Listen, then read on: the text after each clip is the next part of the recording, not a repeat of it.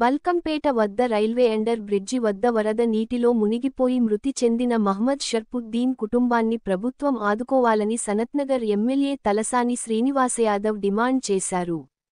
సంఘటన జరిగిన ప్రాంతాన్ని ఆయన పరిశీలించారు. ఈ సందర్భంగా స్థానికులు మాట్లాడుతూ అండర్ బ్రిడ్జి వద్ద వీధి దీపాలు వెలగడం లేదని, వేగనియంత్రికలు లేవని తెలిపారు. వర్షం పడిన అప్పుడు ట్రాఫిక్ పోలీసులు ఆర్ఓబీ నుంచి వాహనాల రాకపోకలు నిలిపివేయాలని కోరారు.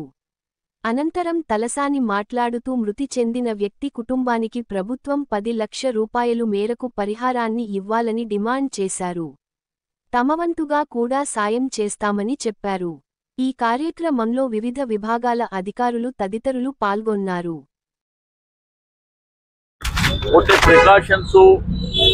జాగ్రత్తలు తీసుకోవాల్సినటువంటి అవసరం ఉన్నది. మీకు హైడ్రా కావచ్చు, జిహెచ్ఎంసీ కావచ్చు, వాటర్ వర్క్స్ కావచ్చు, ఎలక్ట్రిసిటీ డిపార్ట్మెంట్, అదేవిధంగా హెల్త్ డిపార్ట్మెంట్, ఈ ఆర్యూబీ కింద చీకటి ఉండడం మూలాన రాత్రి అంటే లైటింగ్ లేదు కాబట్టి చిమ్మన చీకట్లో ఈ పక్కనే ట్రాఫిక్ పోలీసులు ఏంటంటే అసలు పని వదిలిపెట్టి చాలన్ల మీద ఉంటారు.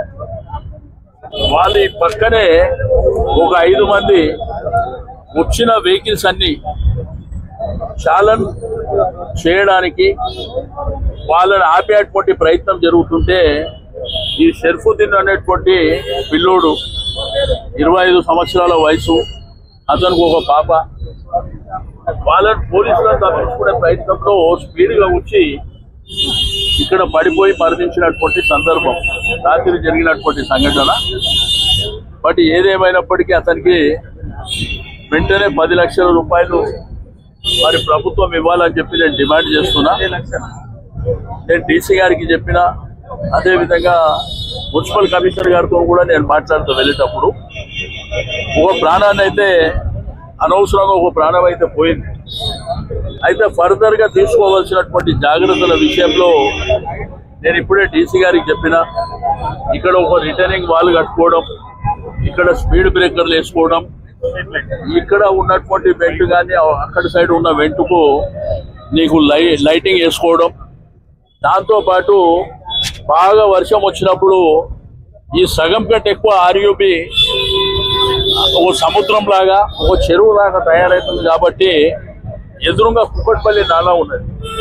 ఈ పెద్ద పైపులు వేసి ఆ కుక్కట్పల్లి నాలాలో కలిపితే ఫ్లో కూడా చాలా ఈజీగా పోవడానికి అవకాశం ఉంటుంది కాబట్టి ఆ జాగ్రత్తలు తీసుకోవాలని చెప్పి నేను డిమాండ్ చేస్తున్నా.